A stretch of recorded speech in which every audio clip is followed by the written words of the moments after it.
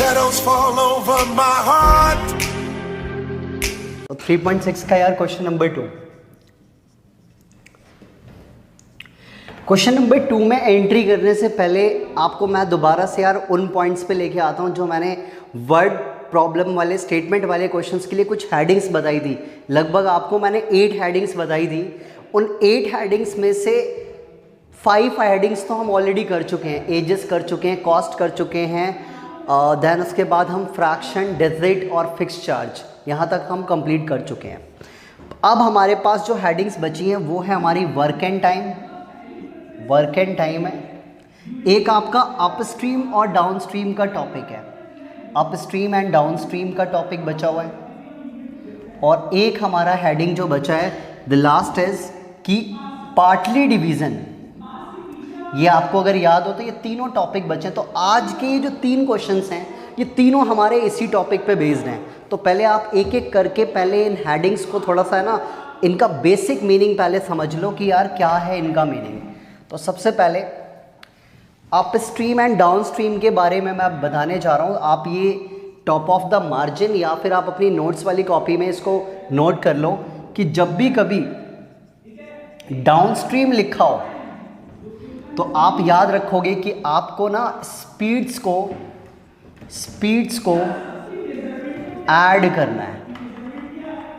ठीक है, ये याद रहेगा। थोड़ा हिंदी में लिख दिया ताकि बहुत अच्छे से याद रहे कि स्पीड्स को डाउनस्ट्रीम में क्या करना है, ऐड करना है। तो अगर 2 चीज़ें की स्पीड है x एंड y, तो आप याद रखोगे कि स्पीड को ऐड करने का मतलब है x + y kilometre per hour. ठीक है, और अगर आपके पास अपस्ट्रीम गिवन है तो याद रखोगे आपकी स्पीड्स को माइनस करना है, सब्ट्रैक्ट करना है। ठीक है, यानी x - y kilometre per hour. ठीक है, अब इस पूरे क्वेश्चन में कहीं ना कहीं स्पीड, डिस्टेंस और टाइम के बारे में बताई जा रही है बातें। तो मैंने कभी पहले भी आपको शायद बता रखा होगा कि जब भी कभी डिस्टेंस, स्पीड एंड टाइम का क्वेश्चन आता है, आपको सबसे पहले तो अपना ये पुराना फॉर्मूला याद होना चाहिए जो आप बहुत बार साइंस में यूज़ करते हो, distance is equal to speed multiply by time. ये आपका बड़ा कॉमन सा फॉर्मूला है जो शायद आप लगभग मेरे हिसाब से 6-7 क्लास से ये फॉर्मूला पढ़ते आ रहे हो कि डिस्टेंस निकालना है तो स्पीड इनटू टाइम होता है। बट 10th क्लास में जितने भी स्पीड एंड डिस्टेंस के टाइम के क्वेश्चन आते हैं, आप वहाँ पे याद रखना कि आपको ऑलवेज टाइम के फॉर्म में इक्वेशन बनानी है। तो टाइम इज इक्वल टू क्या हो जाएगा दक्ष?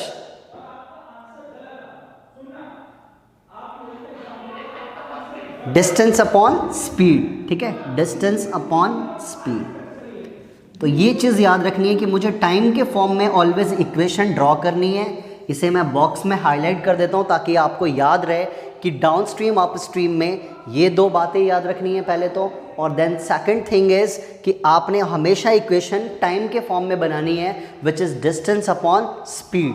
ठीक है, तो अब आप ये पहले ज़रा जल्दी से नोट कर लीजिए अपस्ट्रीम एंड डाउनस्ट्रीम के फॉर्मेट को। ठीक है, इस फॉर्मेट को आप अच्छे से नोट कर लीजिए।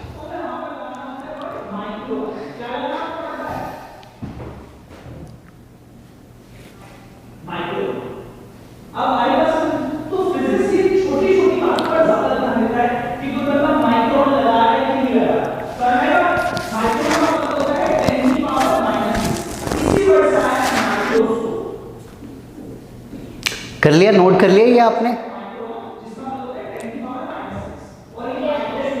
ओके, जिसने कर लिया वो एक बार प्लीज़ यार बता दिया करो कि यस नोटेड है, डन। कुछ तो लिख दिया करो, चैट बॉक्स में ही लिख दिया करो। ठीक है, मुझे पता लग जाया करेगा कि आपने नोट किया कि नहीं किया। कर लिया? छोटी सी बातें। ठीक है, अब ये जब हेडिंग्स आपके माइंड में रहेंगी ना, down stream and up stream से रिलेटेड वाली चीज़ें, तो आप है ना क्वेश्चंस में जब आओगे तो ये चीज़ें आपको याद आएगी कि यार डाउन स्ट्रीम में सर ने क्या बातें बताई हैं और अप स्ट्रीम के लिए सर ने क्या बातें बताई हैं। तो ये फॉर्मेट भी पता होना चाहिए, साथ में मेन क्वेश्चन में करना क्या है ये भी लिख दिया है कि टाइम के फॉर्म में इक्वेशन ड्रॉ करनी है। नाउ हम क्वेश्चन नंबर 1 रीड करेंगे और सॉल्व करेंगे कि अपस्ट्रीम डाउनस्ट्रीम के क्वेश्चन को किस तरीके से सॉल्व करना है। Ritu can row downstream 20 kilometre in 2 hours, ठीक है, and upstream 4 kilometre in 2 hours। Find her speed of rowing in still water and speed of the current. देखो ये चीज़ है ना, शायद प्रैक्टिकली अगर थोड़ा सा मैं समझाऊं तो आप लोग शायद बेटर समझो। क्या आप सभी बच्चों को स्विमिंग करना आता है क्या? किसी बच्चे को स्विमिंग आती है? देखो मुझे तो नहीं आती है।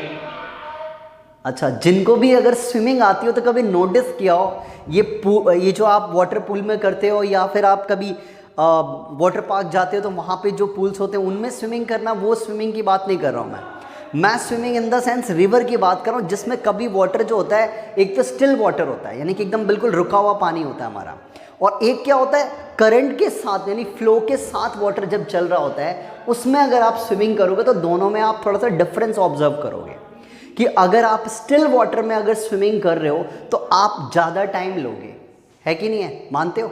पानी को बहुत काटना पड़ता है आपको, है ऐसा कुछ? जो स्विमिंग करते हैं उनको आइडिया है ये चीज़। और जब फ्लो के साथ करते हैं तो बड़ी ईजिली स्विमिंग होती है हमारी, है ये चीज़? वेदिता, आचिंत ऑब्जर्व करते हो ना? आचिंत यस। और कौन कौन करता है? दिव्यांश ने भी किया हुआ है स्विमिंग। ओके, अच्छी बात है, बहुत अच्छी एक्सरसाइज है, करनी चाहिए, सीखना चाहिए, ठीक है।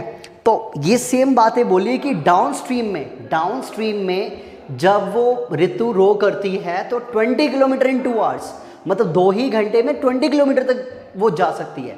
बट वो अपस्ट्रीम में जब आ रही है तो उस केस में आप क्या देख रहे हो कि यार सिर्फ 2 घंटे में कितना 4 किलोमीटर ये डिस्टेंस ट्रेवल किया है। तो यही चीज़ के इक्वेशन ड्रॉ करनी है और मुझे दोनों की स्पीड बतानी है कि स्टिल वाटर में रोइंग की क्या स्पीड है, विद द करंट रोइंग की क्या स्पीड है। तो चलो जी देखो कैसे करना है ये question. Let the speed of rowing in still water is equal to x kilometre per hour, or let the speed of rowing with the current के साथ जो रोइंग करेगी उसकी स्पीड को हम y kilometre per hour let कर लेते हैं। ये 2 बातें तो आपको क्लियरली पहले लिखना पड़ेगा, x किसको ले रहे हो, y किसको ले रहे हो। देन उसके बाद आप ये भी चीज़ अपनी मेंशन करोगे जो इसका मेन हेडिंग है अपस्ट्रीम डाउनस्ट्रीम का, कि स्पीड फॉर डाउनस्ट्रीम क्या होगा। तो स्पीड फॉर डाउनस्ट्रीम अभी जस्ट थोड़ी देर पहले ही फॉर्मूला दिया है। क्या दिया है? स्पीड फॉर डाउनस्ट्रीम क्या लिखेंगे? x plus y, yes, x plus y kilometre per hour, ठीक है। और स्पीड फॉर अपस्ट्रीम के लिए x minus y kilometre per hour. तो ये 4 बातें आपने ना अपस्ट्रीम डाउनस्ट्रीम के क्वेश्चन में सबसे पहले मेंशन कर ही लेना है। अब इसके बाद अकॉर्डिंग टू क्वेश्चन, ठीक है, मैं केस 1 बोल के पहले केस 1 यहाँ पे नोट करने जा रहा हूँ कि Ritu can row 20 kilometre in downstream, 20 kilometre downstream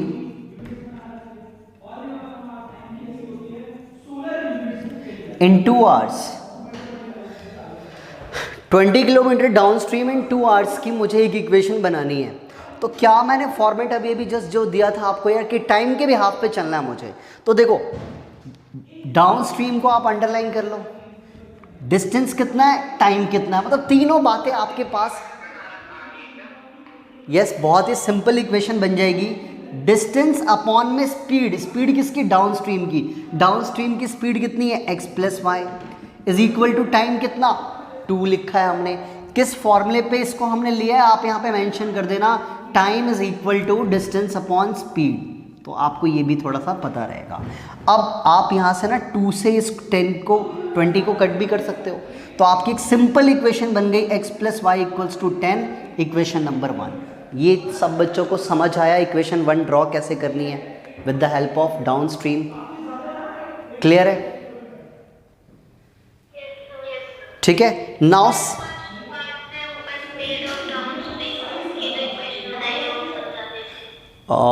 Sneha अभी जस्ट मैंने बताया कि डाउन स्ट्रीम की स्पीड्स को हमेशा हम प्लस करते हैं, अप स्ट्रीम जब बोला जाए तो स्पीड्स को माइनस करते हैं। ये एक फिक्स फॉर्मेट है। अभी जस्ट थोड़ी देर पहले मैंने बोर्ड पे लिखवाया भी था, आपने अगर देखा हो तो।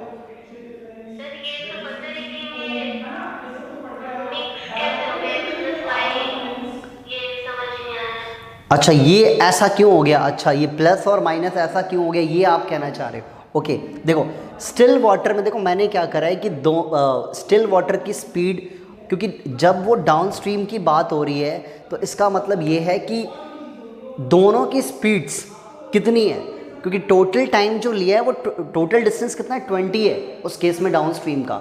तो डाउन स्ट्रीम में आपने ये याद रखना है, एक फॉर्मेट इसका होता है, फिक्स फॉर्मेट है इसमें कि दोनों की स्पीड्स को प्लस करना ही करना है आपने, ये फिक्स फॉर्मेट है।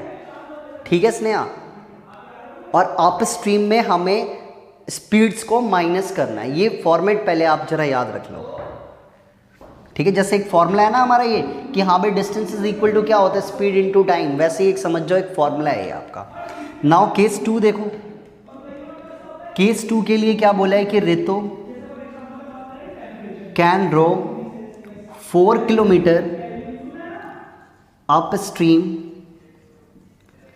इन 2 hours। यस यस, बिल्कुल सही आप लोगों ने फाइंड किया बच्चों, ये तो बहुत ही सिंपल है। नेक्स्ट क्या बनेगा, 4 अपॉन में मुझे अप स्ट्रीम की बात हो रही है तो x माइनस वाई अपॉन में इक्वल्स टू 2, 2 से 2 कट कर दो तो आपकी इक्वेशन बन गई x minus y equals to 2। अब ये तो ओरली कोई बच्चा मुझे बता देगा, क्योंकि मुझे पता है यार बच्चों को एलिमिनेशन बहुत अच्छे से आ गया है, ओरली आंसर बता सकता है बच्चा। y से y cancel, 2x is equal to 12, तो x की वैल्यू कितनी आ गई हमारी, 6 आ गई। अगर x 6 है तो y कितना आ जाएगा, 4 आ जाएगा। तो ये चीज़ आपको क्लियर हो चुकी होगी कि हाँ भाई स्पीड जो है वो आपकी स्टिल वाटर में देख रहे हो कैसी है, ज़्यादा है, और यहाँ पे क्या आ रही है, 4 आ रही है, वो कम है उसमें। चलिए,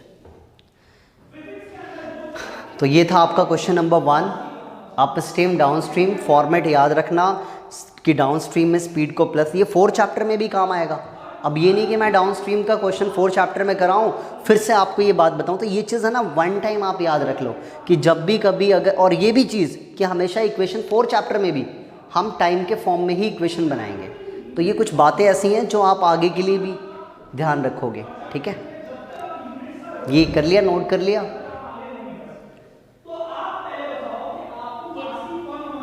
ओके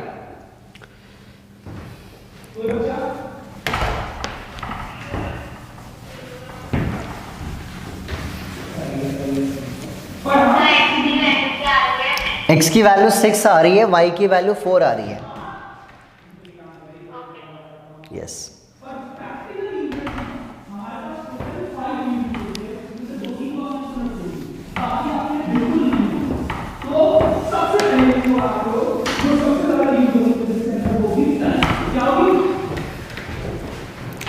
अब देखो सेकंड क्वेश्चन जो है वो हमारा टोटली ना वर्क एंड टाइम पे बेस्ड है। वर्क एंड टाइम पे जब बेस्ड क्वेश्चन तो थोड़ा सा आप ये फॉर्मेट पहले समझ लो वर्क एंड टाइम से रिलेटेड का, कि वर्क एंड टाइम का क्या कॉन्सेप्ट है।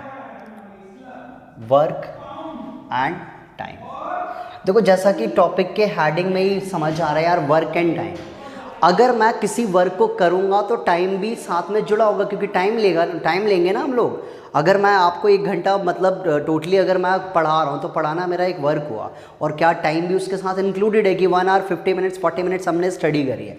तो ध्यान रखना है वर्क एंड टाइम दोनों एक साथ कोरिलेटेड है, वर्क होगा तो टाइम भी होगा ही होगा।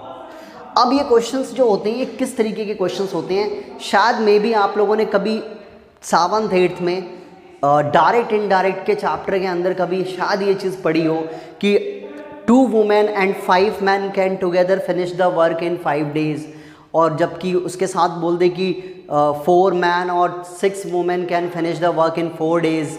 ऐसा कुछ क्वेश्चंस कभी आपने पढ़े हैं क्या कभी प्रीवियस क्लासेस में? जिन बच्चों के पास अदर देन NCERT होगी उन बच्चों ने ज़रूर पढ़ा होगा, ये मेरी गारंटी है। तो अगर आपकी एनसीईआरटी के अलावा कोई डिफरेंट, हाँ, तो ज़रूर आप लोगों ने ये क्वेश्चन सुने होंगे, ज़रूर इसके बारे में नॉलेज होगी। तो आप एक चीज़ समझना कि वर्क एंड टाइम में हमेशा याद रखना कि ऑलवेज आपका टोटल वर्क जो होता है ना, वो क्या होता है, वो 1 होता है। टोटल वर्क जो होता है वो ऑलवेज क्या होता है, 1 होता है। कैसे वर्क होता है, एक छोटा सा एग्जांपल समझना आप। अगर आपको मैं एक पिज़्ज़ा का एक पूरा सर्कल एक दे दूं और उसमें मैं कुछ स्लाइसेस बना दूं कि हाँ भाई कुछ मैंने स्लाइस कट कर दी है, ठीक है, एक पार्ट मैंने ए को दे दिया, एक बी को दे दिया, सी को दे दिया, डी को दे दिया, ई और एफ को दे दिया। ये पूरा पिज़्ज़ा जो है वो कम्प्लीटली 6 पार्ट्स का तरीके का सम है, ये पूरे 6 पार्ट्स का सम है। अगर ये पूरे 6 के 6 पार्ट्स पूरे बच्चे अगर खा लेंगे, स्टूडेंट ए ने फिनिश कर लिया, बी ने फिनिश कर लिया, सी ने भी ईट कर लिया, डी ने भी ईट कर लिया, तो ये पूरा पिज़्ज़ा क्या हुआ, कम्प्लीटली फिनिश हो गया, मतलब वो पूरा 1 हो चुका है। तो यही बात समझना है कि कोई भी वर्क अगर कम्प्लीटली वर्क होता है तो टोटल वर्क या कंप्लीट वर्क, इस चीज़ को समझना है, कंप्लीट वर्क हो चाहे टोटल वर्क हो, ऑलवेज 1 होता है। ये सबसे पहले इंपॉर्टेंट टॉपिक है इसका। अब आप एक चीज़ और भी एक और एग्जांपल से थोड़ा समझ सकते हो। अगर मैंने बोला कि टोटल थिंग्स मेरी 10 है, टोटल थिंग्स मेरी 10 है, और 10 में से मैं बोलूँ कि एक बच्चे ने इसका ना 2/3 खा लिया, एक बच्चे ने 1/3 खा लिया, एक बच्चे ने इसका क्या खाया, 1/4 खाया, एक बच्चे ने इसका 1/5, इन सब का प्लस भी करोगे ऊपर तो वो भी कितना आ जाएगा, 10 आ जाएगा। और 10 आ जाएगा, सपोज करो इसका 10 आ रहा है तो 10/10 भी कितना आ जाएगा आपका, 1 ही आ जाएगा। 10/10 भी 1 आ जाएगा। क्या चीज़, 10 आपका एक पूरा होल पार्ट है। जैसे 10 रुपये आपके पास, सपोज दैट सोचो कि 10 एक 10 रुपीज़ है आपके पास, और मैं बोलूँ कि इस 10 रुपीज़ को मैं एक को 2 रुपये दे रहा हूँ, एक को 3 रुपये दे रहा हूँ, एक को 1, एक को 2, और फिर से एक को मैं कितना दे रहा हूँ, 2 रुपीज़ दे रहा हूँ। तो इन सबका सम भी कितना आ जाएगा, 10, और 10/10 कितना हो गया, 1 हो गया। तो जब भी कभी कंप्लीट कोई भी वर्क होता है तो वो हमेशा 1 ही आता है, आपको ये चीज़ समझना है पहले, ठीक है। तो कंप्लीट वर्क का क्या फॉर्मेट याद रखना है, =1 लेते हैं हम लोग, ठीक है। ये दोनों छोटे छोटे एग्जाम्पल से मैंने थोड़ा सा समझाया है। अब बात करते हैं कि अगर कभी भी हम टोटल वर्क करने जा रहे हैं, टोटल वर्क की बात हो रही है, मतलब 2 पर्सन मिलके करेंगे वो वर्क, चाहे 1 पर्सन की भी बात करें तो करना क्या होता है, efficiency of person. Efficiency of person का मतलब है पर्सन का वर्क, मतलब पर्सन ने कितना वर्क किया है। तो फर्स्ट पर्सन का वर्क जब भी कभी निकालना होगा, 1 पर्सन का वर्क हमेशा 1/x होगा, इस चीज़ का ध्यान रखें। 1 पर्सन के लिए अगर 2 पर्सन का निकालना है तो 2/x हो जाएगा, 3 पर्सन का निकालना है 3/x हो जाएगा, प्लस सेकंड पर्सन का 1 पर्सन का वर्क 1/y होगा। इन दोनों के वर्क का, यानी वर्क मतलब इनकी efficiency, multiply by time is equal to complete work कितना ले देंगे, 1 लेंगे। कंप्लीट वर्क कितना लेंगे, 1। अब ये जो टाइम है वो किस चीज़ में, मल्टीप्लाई में, तो ये हमेशा कहाँ चला जाएगा इसके पास, डिवाइड में। तो ये फॉर्मेट पे हमारी इक्वेशन बनती है, complete work is equal to 1, और लेफ्ट साइड में efficiency of both person multiply by time is equal to 1। इस फॉर्मेट पे हम वर्क एंड टाइम के क्वेश्चन को सॉल्व करते हैं। तो आप इस चीज़ का फॉर्मेट नोट कर लो वर्क एंड टाइम का, कि किस तरीके से हमें वर्क एंड टाइम के क्वेश्चंस करने हैं, ठीक है। इट्स अ फॉर्मेट, नोट कर लो पहले आप इसे।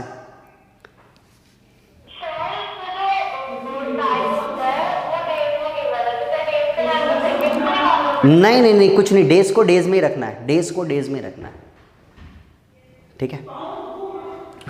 टाइम हमेशा दोनों के टाइम डेज और आवर्स में, हाँ, जब एक का टाइम डेज में और एक का टाइम आवर्स में है, तब उस फॉर्मेट में हमें या तो डेज में कन्वर्ट करना पड़ेगा या तो आवर्स में, एक ही में लेके चलना है, ठीक है। बहुत ही रेयर क्वेश्चंस होंगे जहाँ पे टाइम को इस तरीके से फ्लक्चुएट किया होगा, अदरवाइज हमेशा डेज में ही काम होता है, ठीक है, या आवर्स में होता है। नोटेड, ये कर लिया। बहुत ही छोटा फॉर्मेट है ये, कोई मुश्किल काम नहीं है। कंप्लीट वर्क का फॉर्मूला नोट करना है, इक्वेशंस ऐसे बनेंगी और एक और बात भी यहीं पे आप नोटिस कर सकते हो बच्चों कि जब पता है कि वेरिएबल्स डिनोमिनेटर में है तो ये भी याद रखो कि solve by reducing the variable method, reducing the variable method. तो ये चीज़ भी आपको याद रहेगी कि यार इस वर्क एंड टाइम के क्वेश्चंस में सॉल्व किस तरीके से करना है, रिड्यूसिंग द वेरिएबल मेथड जो सिखाया था, 1/x को a लेट करना है, 1/y को b लेट करना है और फिर दो इक्वेशंस बनेंगी, एलिमिनेट करेंगे, a और b आएगा, नाउ लिख के वैल्यू पुट करेंगे सब और क्रॉस मल्टीप्लाई करके आपका आंसर आ जाएगा। क्लियर हो गया ये वाला कॉन्सेप्ट सबको अच्छे से? ओके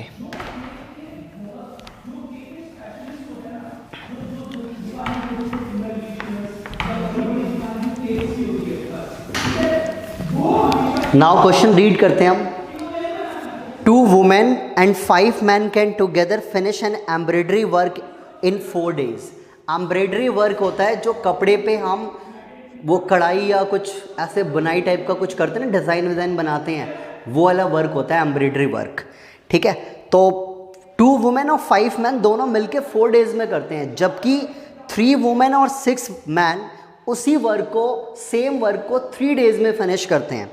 तो आपको ये बताना है कि find the time taken by 1 woman alone to finish the work and 1 man alone to finish the work. मतलब दोनों मिलके तो इतने इतने डेज में कर रहे हैं, अकेले अकेले सेपरेटली वो एलोन, मतलब कि अकेले अकेले सेपरेटली कितने डेज में करेंगे। तो ये चीज़ हमें फाइंड आउट करनी है। तो चलो आपको फॉर्मेट तो पता है कि किस तरीके से चलना है, स्टार्ट करते हैं। Let the time taken by 1 woman, और दक्ष इस बात का ध्यान रखा करो जो चीज़ पहले हो उसी को एक्स लिया करो। वुमेन का वर्क है तो वुमेन वाले को ही एक्स लेंगे, ठीक है। 1 woman alone to finish the work in x days। मैंने टाइम लिया है और टाइम मैंने डेज में लिया क्योंकि डेज में ही मेंशन है। और let the time taken by 1 man alone to finish the work in y days, तो इसको y days ले लिया। ये जो मैंने लेट किया है, आप सोचो कि ये मैंने क्या करा, इनका टाइम लेट किया है, वर्क नहीं है, एफिशिएंसी नहीं है। जबकि आपको मैंने अभी सिखाया कि टोटल वर्क के लिए मुझे दोनों की एफिशिएंसी का सम, क्योंकि टुगेदर है, टुगेदर मीन्स प्लस करेंगे, एक साथ मिलके वो वर्क कर रहे हैं, तो टुगेदर मीन्स दोनों की एफिशिएंसी की बात हो रही है। तो इस चीज़ का ध्यान रखना है कि दोनों की एफिशिएंसी पहले फाइंड आउट करनी पड़ेगी। तो क्या लिखना है आपने कि वर्क डन बाय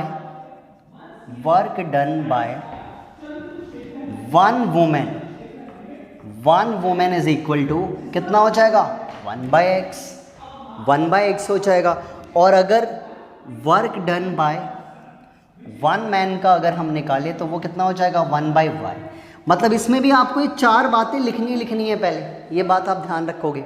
जैसे आप स्ट्रीम डाउन स्ट्रीम में भी 4 बातें बताई थी, वैसे इसमें भी 4 बातें। नाउ केस 1, अब केस 1 में क्या बोला है कि 2 women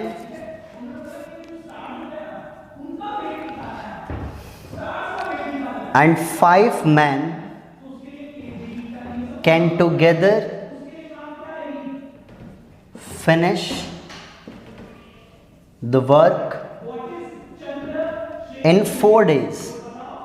अब इस स्टेटमेंट में मेरे पास कितने पर्सन हैं ये पता है और कितना टाइम ले रहे ये पता है। तो देखो जी, यहाँ तो एक पर्सन की एफिशिएंसी 1/x है, यहाँ पे 2 वुमेन है, तो आप यहाँ पे क्लियरली लिख सकते हो इसे 2/x प्लस 5 मैन है तो 5/y। दोनों की एफिशिएंसी मल्टीप्लाई बाय टाइम कितना है, 4 डेज इज इक्वल टू क्या हो जाएगा, पूरा का पूरा काम हो जाएगा। बोले ना कि कंप्लीट द वर्क, मतलब इतने वुमेन और इतने मैन का work multiply by total time is equal to complete work. तो अब क्या करना है, 4 मल्टीप्लाई में, तो 4 को किस चीज़ में भेज देंगे हम, डिवाइड में भेज देंगे। तो ये कितना आ गया, 1/4 बन गई ना इक्वेशन, जिसमें वेरिएबल डिनोमिनेटर में आ गए। तो क्या करना है, अब आपको खुद पता है इसके आगे क्या करना है, इसे रिड्यूसिंग द वेरिएबल से सॉल्व करना है। केस 2 की बात करते हैं, ठीक है। केस 2 की बात करेंगे। केस 2 में हमें क्या ध्यान रखना है कि 3 women and 6 man can together finish the work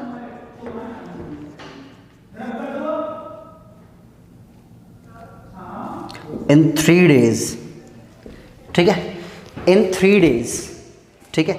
अब इसकी भी एफिशिएंसी अब देख लो आपकी कितनी होगी। तो हम बात करते हैं सबसे पहले वुमेन की एफिशिएंसी 3/x हो जाएगी प्लस 6 है तो 6/y और मल्टीप्लाई बाय आपका टोटल टाइम जो कि 3 है इक्वल टू 1। नेक्स्ट में आपकी इक्वेशन बन जाएगी 3/x plus 6/y equals to 1/3, equation number 2। अब आगे इसको आप सभी बच्चे सॉल्व कर लोगे घर पे लेट करके, ठीक है, कोई दिक्कत नहीं आएगी क्योंकि मुझे पता है आप लोगों ने रिड्यूसिंग बहुत अच्छे से सीखा है। तो रिड्यूसिंग अगर सीखा है तो फिर ऐसी इक्वेशंस आपके सामने आए देखते ही पहचान जाना है यार कि क्वेश्चन को कैसे स्टार्ट करना है, ठीक है। तो ये था हमारा वर्क एंड टाइम का क्वेश्चन। अब ये वर्क एंड टाइम यहाँ पे सिखा दिया, 4 चैप्टर में भी काम यही आएगा, ठीक है।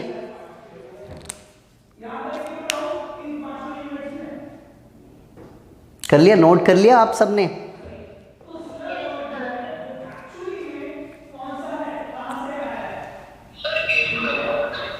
अच्छा, फाइंड भी कर लिया क्या वैल्यूज?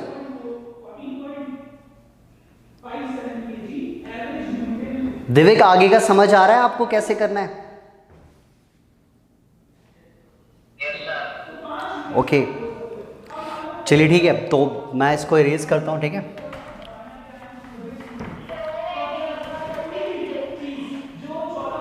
कितना x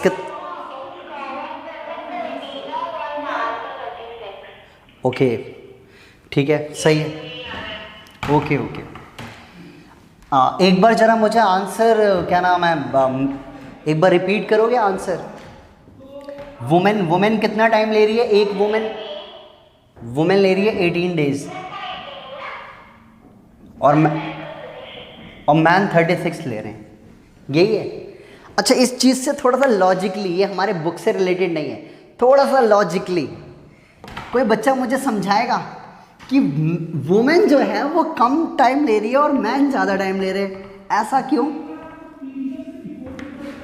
कौन बच्चा थोड़ा सा इसके लिए लॉजिकली कुछ बताएगा? कुछ भी जो थोड़ा बहुत माइंड में समझ आती है बातें। ऐसा क्यों हुआ होगा कि यार,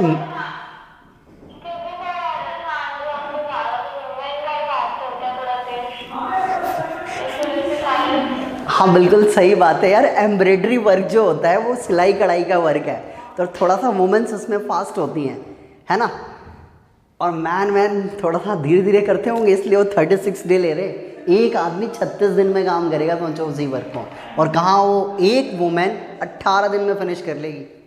तो वर्क पे डिपेंड करता है। अगर यही वर्क किसी फैक्ट्री का काम होता तो फैक्ट्री में भी यार बहुत सारे आप स्टेट्स में देखोगे, वहाँ पे कुछ फैक्ट्री वर्क की बात कर रहा हूँ मैं, वहाँ पे कुछ कंस्ट्रक्शंस में वुमेन और मैन दोनों मिलके काम कर रहे होते हैं, तो वहाँ पे शायद मे बी ये चीज़ डिफरेंट होता है ना, कि मैन ज़्यादा वर्क करता, जल्दी कर लेता, और वुमेन शायद नहीं कर पाती, थोड़ा कम करती। ऐसा होता है कि नहीं होता? मानते हो इस चीज़ को? वर्क पे डिपेंड करता है। एम्ब्रॉयडरी वर्क था ये। चलिए आगे बढ़ते हैं, ठीक है, हमें कोई भेदभाव नहीं करना है, ठीक है। आगे नेक्स्ट है क्या? नेक्स्ट हमारा लास्ट टॉपिक पार्टली डिवीज़न। पहले आप जरा इसको प्रैक्टिकली थोड़ा समझो, और ये फॉर्मेट भी है, पार्टली डिवीज़न, ठीक है। अच्छा, पार्टली डिवीज़न इसका नाम इसलिए दिया है कि हम है ना किसी डिस्टेंस को 2 पार्ट्स में डिवाइड कर रहे हैं। इसका बेसिक मीनिंग क्या है कि हम डिस्टेंस को क्या कर रहे हैं, 2 पार्ट्स में डिवाइड कर रहे हैं, ठीक है। डिस्टेंस इन 2 पार्ट्स, ठीक है, ये याद रखना है इसका। सपोज करो कि यार मुझे ना 600 किलोमीटर कहीं ट्रैवल करना है, कहीं मुझे 600 ट्रैवल करना है। मैंने क्या करा, इसमें से आधी जनवरी मतलब ट्रेन से करा, बाकी कुछ बस से करा है। तो ट्रेन से मैंने इसमें से ना 350 करा, 350 किलोमीटर ट्रेन से कर लिया। एंड रिमेनिंग बाय बस, लिखा नहीं होगा कि कितना बस से करा है, सिर्फ क्या लिखा होगा, रिमेनिंग बाय बस। तो माइनस करके आप बता सकते हो कि बस का कितना आएगा, कितना आएगा, बस से कितना ट्रैवल किया होगा अगर 250 किलोमीटर।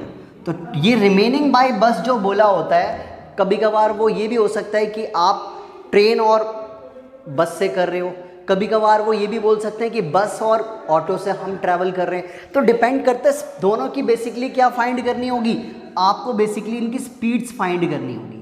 क्या फाइंड करनी होगी, स्पीड्स फाइंड करनी होगी। तो फर्स्ट वाले की स्पीड को x, सेकंड वाले की स्पीड को y लेट कर लेंगे। ये चीज़ भी हमारी कहीं ना कहीं क्लियर है। मेन क्या है कि इस क्वेश्चन को करना किस तरीके से है। द होल जर्नी जो होगी आपकी, जो पूरी की पूरी जर्नी होगी, वो तो ट्रैवल दोनों को मिलके कर रहे हो आप ना। तो याद रखना कि दोनों के बीच में क्या आने वाला है, प्लस का साइन आने वाला है। जैसे अभी आपने मैन और वुमेन का वर्क देखा। अब ये क्वेश्चन कहीं ना कहीं डिस्टेंस पे बेस्ड है, और डिस्टेंस वाले क्वेश्चन के लिए मैंने क्या फॉर्मेट दिया है, किस पे चलना है मुझे, टाइम के फॉर्मूले पे चलना है, डिस्टेंस अपॉन स्पीड के फॉर्मूले पे मुझे चलना है। और जब आप इस क्वेश्चन को भी करने जाओगे तो आपकी इक्वेशंस में वेरिएबल्स जो होंगे वो डिनोमिनेटर में आएंगे, और जब वेरिएबल डिनोमिनेटर में है तो कैसे सॉल्व होगा, रिड्यूसिंग द वेरिएबल से। तो बस यही फॉर्मेट है और कुछ भी नहीं है। बट एक मोस्ट इंपॉर्टेंट फैक्टर इज कि मैं आपको एक कंडीशन दे रहा हूं कि जैसे कि 600 किलोमीटर था एक जर्नी, एक पर्सन ने 350 किलोमीटर ट्रेन से करा, रेस्ट बाय बस इन 6 आवर्स। ठीक है जी, पहले पर्सन ने इस जर्नी को 6 घंटे में ट्रैवल किया, दोनों वे से, दोनों मीडियम से। सेकेंड पर्सन बी पर्सन ने क्या करा, इसी 600 किलोमीटर को क्या करा उसने यार, कि ट्रेन से ना 400 किलोमीटर चला और बस से ना 200 किलोमीटर चला। समझ रहे हो बात को, ये देख लो पहले। ठीक है, तो 200 किलोमीटर उधर आ गया। बट वो क्या बोलते हैं नेक्स्ट कंडीशन में कि ही टेक्स या शी टेक्स 10 मिनट्स लॉन्गर या 20 मिनट्स लॉन्गर, या फिर 10 मिनट लेस या 20 मिनट लेस। ये लॉन्गर का मतलब क्या है, 10 मिनट लॉन्गर का क्या मतलब है, कौन बच्चा बताएगा। पहले वो 6 घंटे ले रहा था, यस वेरी गुड आचिद, कि पहले वो 6 घंटे ले रहा था, अब बोले 10 मिनट ज़्यादा ले रहा है। तो यार आप अपनी इक्वेशन में 400 upon x plus 200 upon y is equal to, पहले वो 6 घंटे ले रहा था, अब 10 मिनट ज़्यादा ले रहा है। मिनट को आपको आवर्स में चेंज करने के लिए 60 से डिवाइड करना है, ये बात याद रखनी है। मिनट को आवर्स में चेंज करने के लिए 60 से डिवाइड करेंगे। इसको हम इस तरीके से ऐसे काटापीटी कर लेंगे, एलसीएम लेंगे तो हमारी एक इक्वेशन बन जाएगी। और क्या बनेगी इक्वेशन, 6 6 36, 37 अपॉन 6 इक्वेशन नंबर 2। तो ये बात सभी बच्चों को समझ में आई कि 10 मिनट्स लॉन्गर या 20 मिनट्स लॉन्गर बोला होगा तो उसको किस तरीके से रिप्रेजेंट करना है, कैसे लिखना है। प्लस कर लेंगे अगर लॉन्गर बोला है तो, अगर कम बोला होगा तो माइनस कर लेंगे। बात समझ आ गई ये वाली चीज़। ओके, नाउ हम आगे बढ़ते हैं अब क्वेश्चन पे, जो हमारे बुक का क्वेश्चन है। ठीक है, and the last question of this exercise, ध्यान रखना। और ये टॉपिक भी लास्ट था हमारा यार, पार्टली डिवीजन का। ठीक है,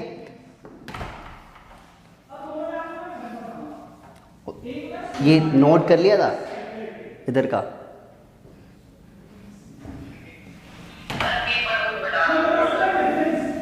इसकी पिक के साथ साथ इसकी वीडियो भी मिल जाएगी आपको। ठीक है, तो कोई दिक्कत वाली बात नहीं है। अगर कभी कुछ मिस हो रहा है बाद में कभी देख सकते हो आप।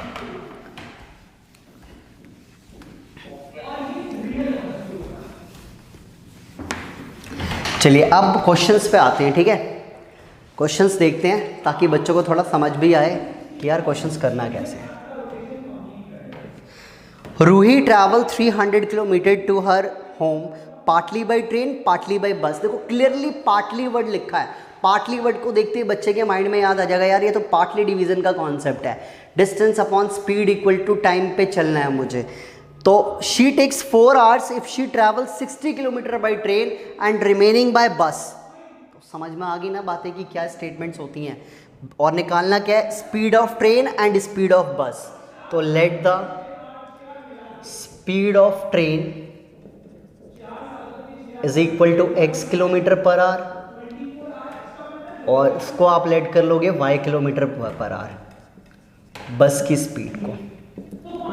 ठीक है, मैंने दोनों के स्पीड्स को लेट कर लिया है, एक को x और एक को y। क्लियर है, यहां तक समझ आया सभी बच्चों को?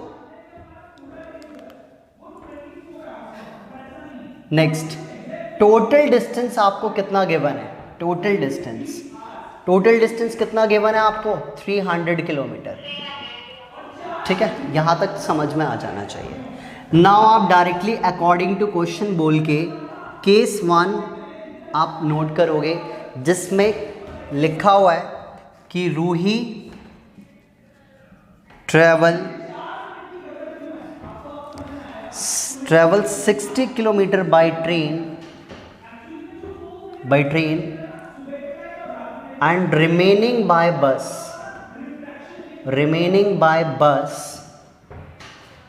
ठीक है, बस she takes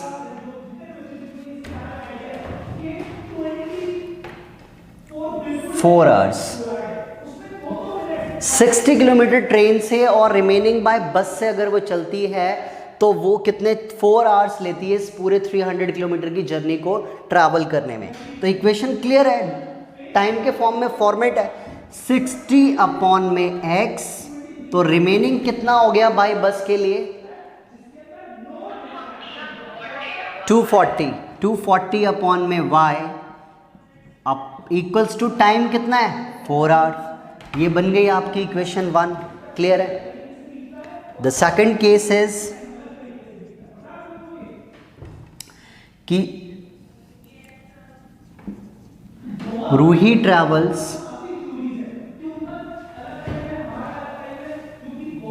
100 kilometre by train and remaining bye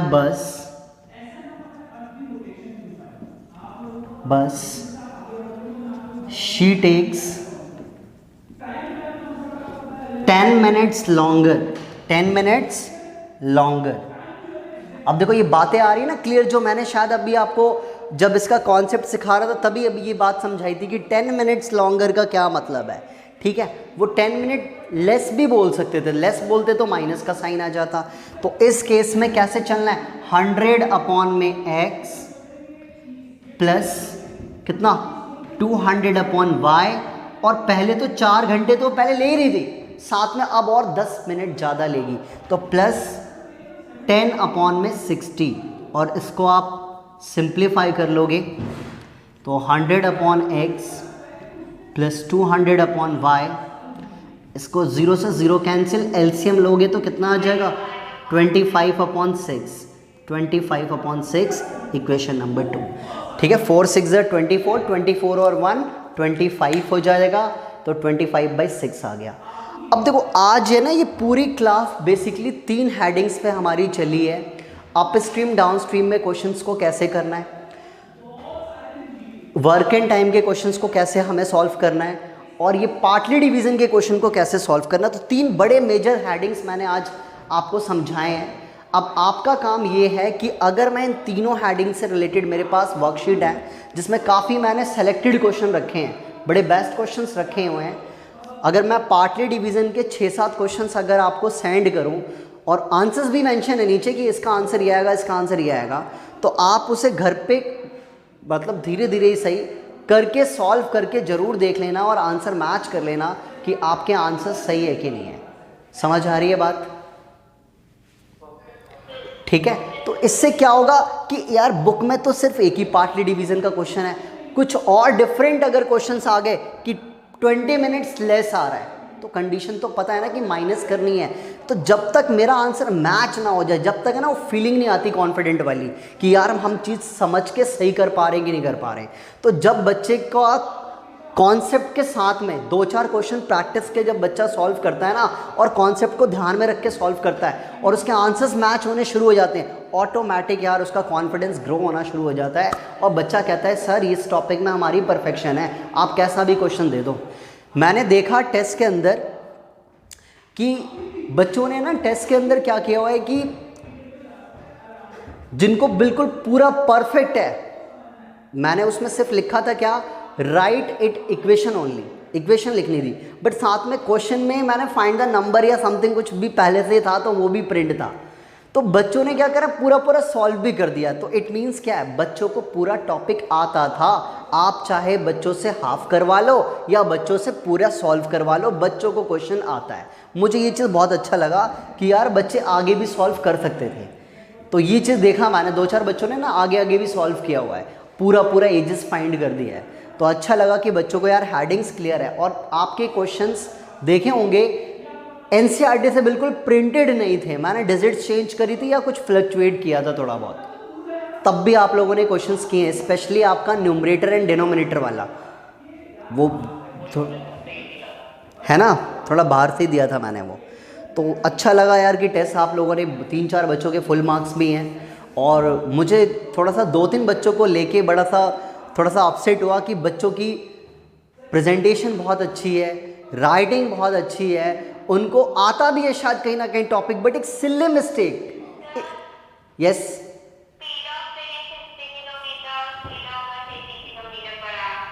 अरे वाह, कितना स्पीड ऑफ ट्रेन कितना बताया, और बस की स्पीड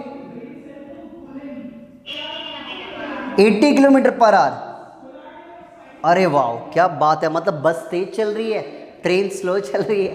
ओके चलो अच्छी बात है, बस तेज चल रही होगी, ठीक है। तो अच्छी बात है वैष्णवी, आपने आगे इसको सॉल्व भी कर लिया। तो मुझे 2-4 बच्चों का 5-6 बच्चे ऐसे दिखे कि उनका इतना अच्छा शीट ओपन करते ही पता चलता है यार कितना बढ़िया, बहुत अच्छा किया हुआ है।